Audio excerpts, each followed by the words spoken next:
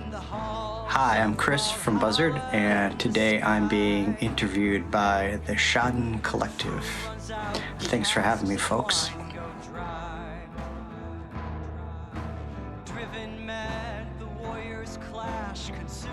I describe myself as Bob Dylan meets Lovecraftian horror and Black Sabbath.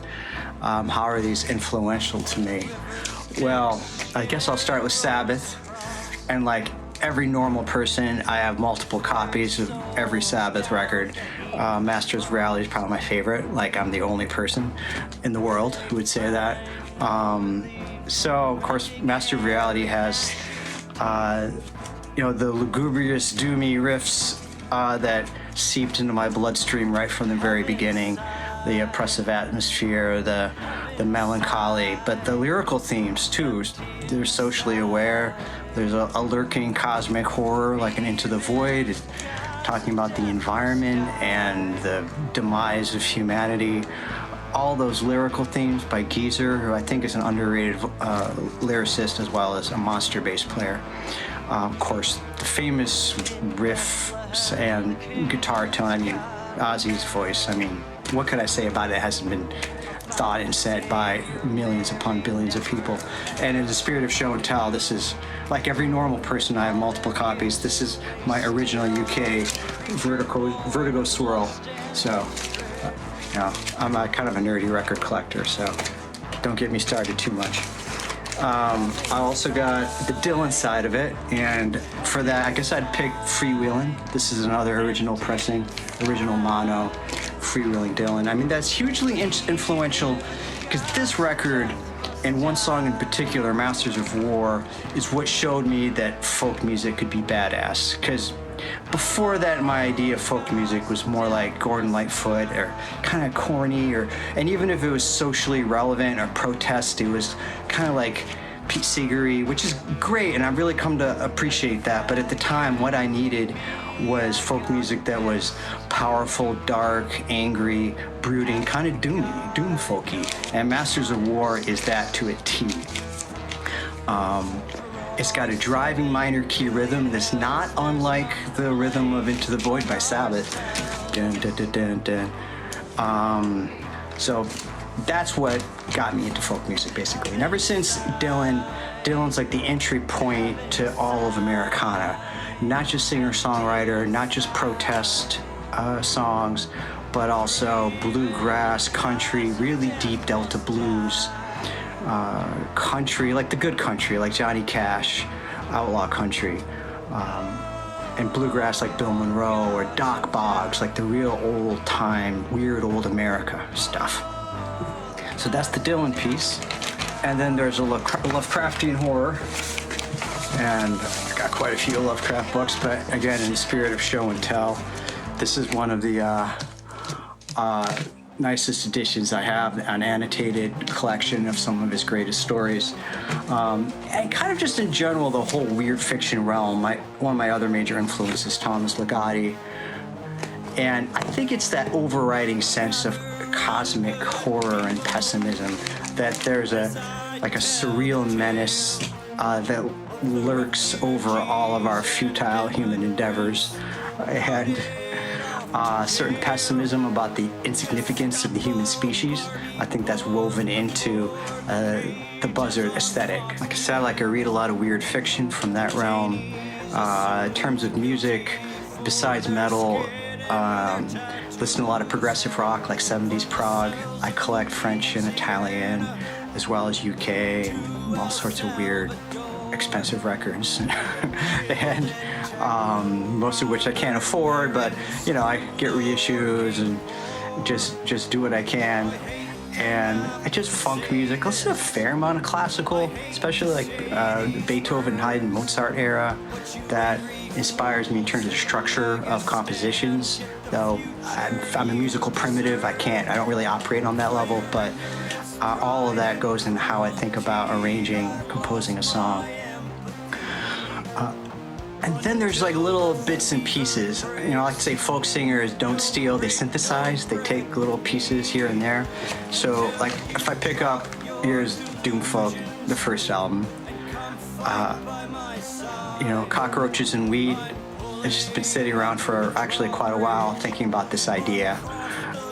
Electric Wizard, the first version of Cockroaches and Weed, just basically I stole an Electric Wizard riff, and you can hear that on Satyricus Dumicus Americus, that version of it.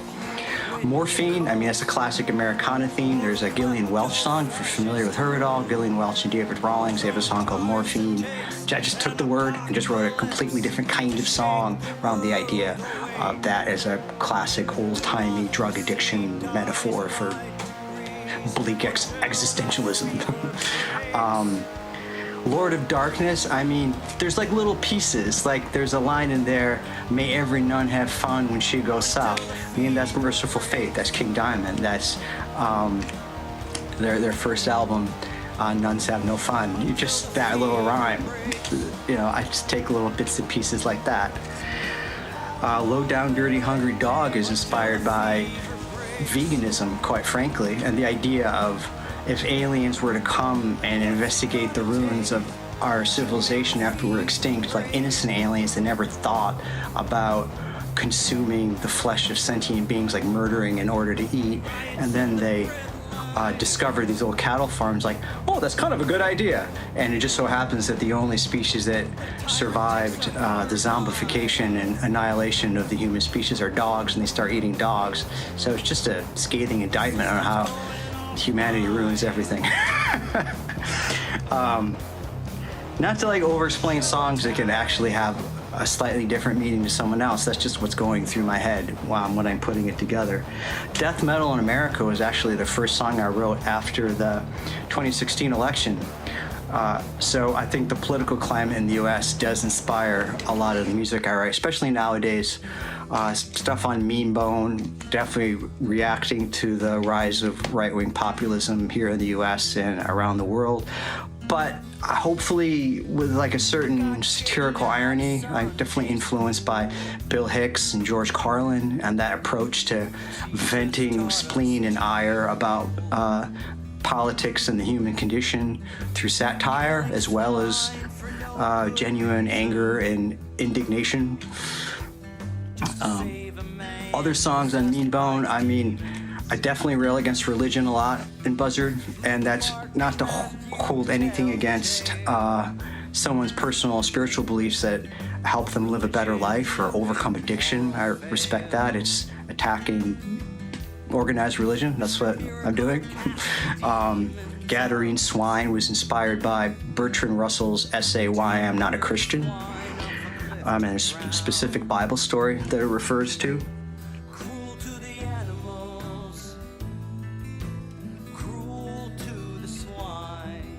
A lot of it is catharsis for what I'm observing in the world. And I do hope a lot of these songs come across as more observational or personal processing and exploring rather than preachy. I'm not proselytizing. I don't necessarily think I'm right about anything or everything, or who knows. I'm just expressing a point of view, and that's, I think, the best thing that any artist or musician or writer can do is express their point of view. In fact, that's a familiar phrase from the 60s troubadours describing Dylan, Phil Oakes, Woody Guthrie, the idea of a lone guitar and a point of view. And I guess I'm a one-man band. I'm a lone doom metal band with a point of view. And I guess continuing on to any other themes of inspiration, because they kind of go together. Dunwich Farm, I'm sure most listeners get, Maggie's Farm by Dylan, Dunwich Horror by Lovecraft, and there's, I'm exploring factory farming, exploitation of immigrant workers, dismissing all religion, and also, hopefully it comes across having some fun with it too. It's not just po-faced lamenting of the horrors of the world.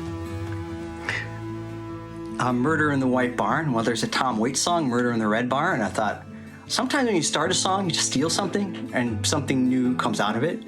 And so I took Murder in the Red Barn. I was like, well, actually, I didn't know Tom Waits had that phrase. I thought Murder in the Red Barn, but that's too perfect. Someone already used it. And I just found Tom Waits. I'm a Tom Waits fan. And I realized he has a song like White Barn. Then I wrote the song as one of the old murder ballads that are written as dialogues. Doc Boggs has a good song. Look up Pretty Polly. A grim, it's a chilling murder ballad, and it's a dialogue between the perp and the victim. And so I wrote the song in that spirit, and it just started with the opening line, "Rooster crows bloody hell, you'll be dead by the dinner bell." I'm like, there's a story in there. And that had the voice of the villain, and that's really the meat of any murder ballad, is who's this villain? And that song to me was exploring really the core essence of human evil, the psychology of that psychopath who's not only a psychopath but feels entitled, like that, feeling I deserve these things. And so just even writing that song, like a lot of times, just to speak about process, I start recording it when I have a broad sketch, like the structure, the gist, a lot of the feature lines and the hooks, but not everything's filled in. That's one song in particular. I didn't know exactly how I would express it until I had the musical background. I was singing it and performing it and kind of like getting into that character and being the sum total, the epitome of human evil, entitlement, depravity, lunacy, privilege and resentment and grievance, and what is that psychology and how would that villain speak. Ghost of Orphan James actually inspired as a ghost story about orphans by the Candlemass song, House of a Thousand Voices. And like, it's like a lot of riffs. I know the riff of Gods of Death was basically, it's an A minor on acoustic guitar, but I'm playing around with a chord progression that's familiar to me from Candlemass, like listening to Bewitched. Similar chords I'm making. I mean, I think in the end result, you don't listen to that and be like, man, he's stealing Bewitched by Candlemass, but that's where it comes from. And Lovecraft, Gods of Death is very Lovecraftian. The chorus about even the gods of death must die, inspired by that famous Lovecraft quote about the stranger eons, even death may die.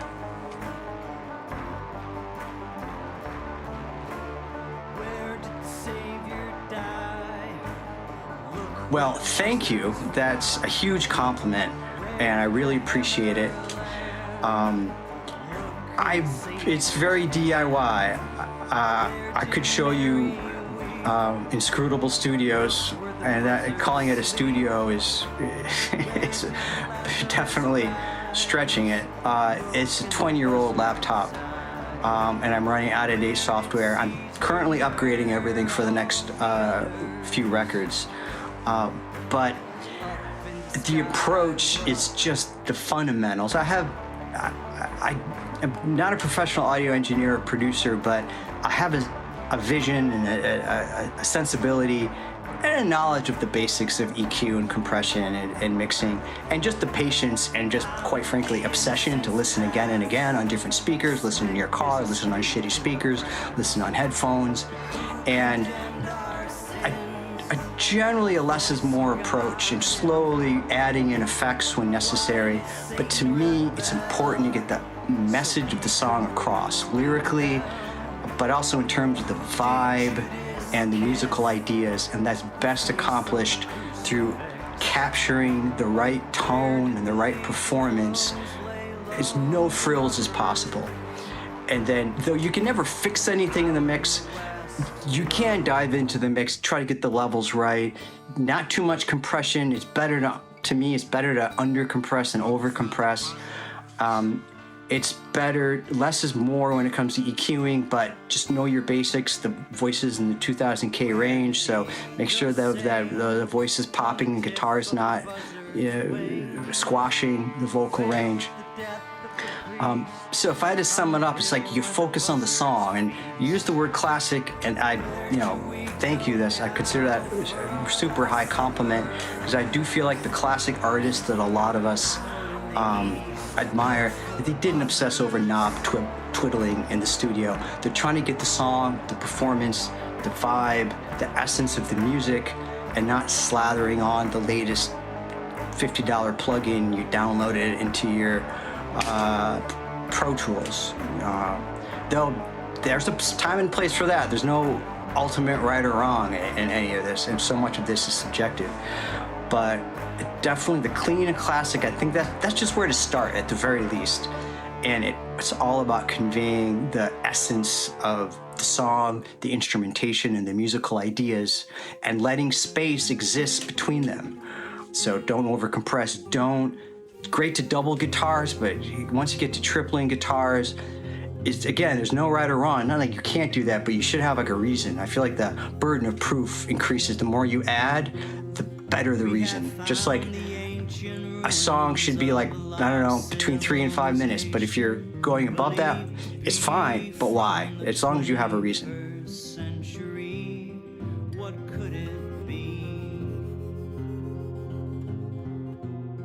Friends and family, that's a hard no. Hard no.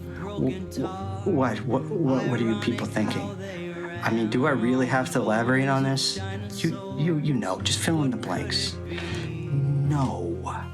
No. Stop it, humanity.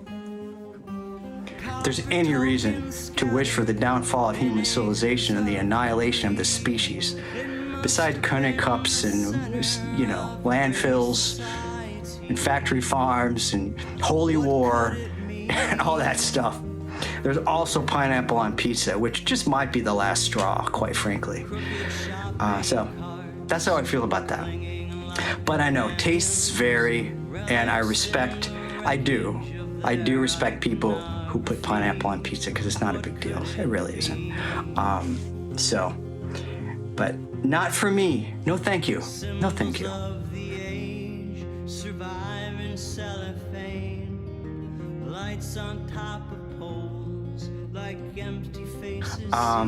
Got a lot of music recorded. I just upgraded the studio, so I think I'm really expanding the sonic palette of what you may hear in Buzzard, but still deeply rooted in those three things of Sabbath, Dylan, and Lovecraft. For the plan right now, I want to put out an EP that's particularly political, maybe even more like topical. There's a song out right now called Fever Breaks that is, boom, it's right there. No mistaking. In case you were wondering, how does Chris really feel about these issues? There's a few more songs I think are cut from the same cloth. And then another one that will just continuing Mean Bone by bringing some keyboards, some classic stuff like Mellotron and strings, stuff like that. And also I got a bucket of songs that really goes down the Lovecraft path, the science fiction, cosmic horror, the social commentary is woven in, but it's really just more about death and chaos and annihilation and from a cosmic perspective, bleak existentialism and the abyss and the gaping maw, the gaping void, more of that, and then just random other songs that may come together, and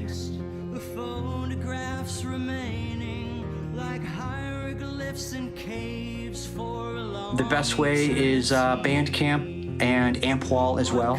All my stuff is up there. I got these CDs. I've got a Mean Bone tape. I've got a Doom Folk vinyl. Both of them are on CD.